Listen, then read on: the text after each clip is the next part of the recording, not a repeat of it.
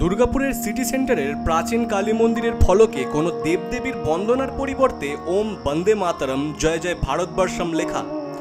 দেবী চৌধুরানী ভবানী পাঠক ভারত মাতার আশ্রম লেখাটি মন্দিরের সঙ্গে স্বাধীনতা সংগ্রামের একটি বিশেষ যোগসূত্রের ইঙ্গিত দেয়। যদিও এই মন্দিরের সঙ্গে দেবী চৌধুরানী বা ভবানী পাঠকের সুনির্দিষ্ট সংযোগের কোনো ঐতিহাসিক প্রমাণ নেই। এই মন্দিরকে ঘিরে নানা কাহিনী প্রচলিত।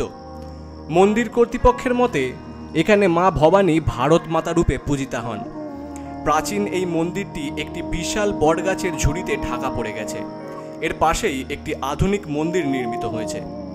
মন্দির প্রাঙ্গণে একটি প্রাচীন কুয়ো এবং বেলে পাথরের তৈরি একটি সুড়ঙ্গও রয়েছে, যা এই অঞ্চলের প্রাচীনত্বের প্রমাণ বহন করে। স্থানীয়দের কাছে মন্দিরের পিছনে বিশাল জলাশয়টি ইচ্ছাই সরোবর নামে পরিচিত। আমরা যা দেখছো সব আমার হাজবেন্ড করে গেছে, উনি তৈরি করে গেছে। উনি আজকে নেই, আমি এদের সবকে নিয়ে চলি। আমার হাজবেন্ডের নাম নন্দলাল চট্টোপাধ্যায়। উনার ৭৮ বছরে উনি মারা গেছেন।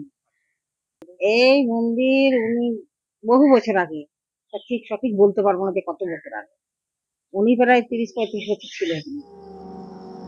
কথিত আছে ব্রিটিশ আমলে দুর্গাপুরের এই ঘন জঙ্গলে স্বাধীনতা সংগ্রামীরা আত্মগোপন করতেন।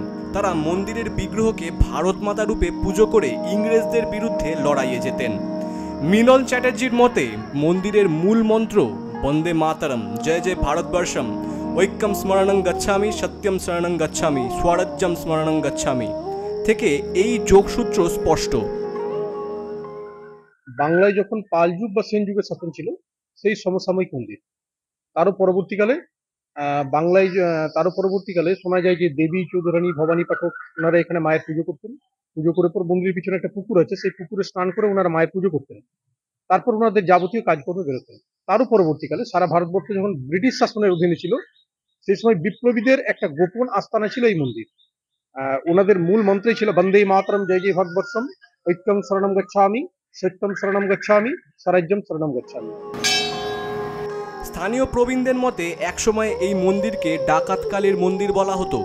পীযূষ দত্ত নামে একজন স্থানীয় বাসিন্দা ব্যাখ্যা করেন, ইংরেজরা স্বাধীনতা সংগ্রামীদের ডাকাত হিসেবে আখ্যায়িত করতেন।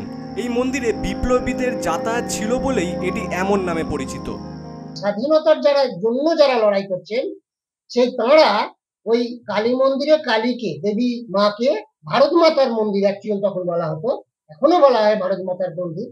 তো তাকে পূজা করে লড়াইটা করতে যেত। যারা অত্যাচারী ইংরেজ ছিল, বিভিন্ন জায়গায় তাদের ঘাঁটি ছিল, তাদের বিরুদ্ধে সংগ্রাম লড়াই করতে যেত এই স্বাধীনতার লড়াইয়ের মানুষরা। ইংরেজরা তাদেরকে ডাকাত বলে তকমা দিয়ে দিত। দুর্গাপুরের এই প্রাচীন কালী মন্দিরটি শুধু একটি উপাসনালয় নয়, এটি যেন ইতিহাসের এক নীরব সাক্ষী, যেখানে জনশ্রুতি, বিপ্লবীদের আত্মত্যাগ এবং দেশপ্রেমের মন্ত্র আজও প্রতিধ্বনিত হয়। দুর্গাপুর থেকে সঞ্জীব ঘোষের রিপোর্ট, এক্সপ্রেস নিউজ।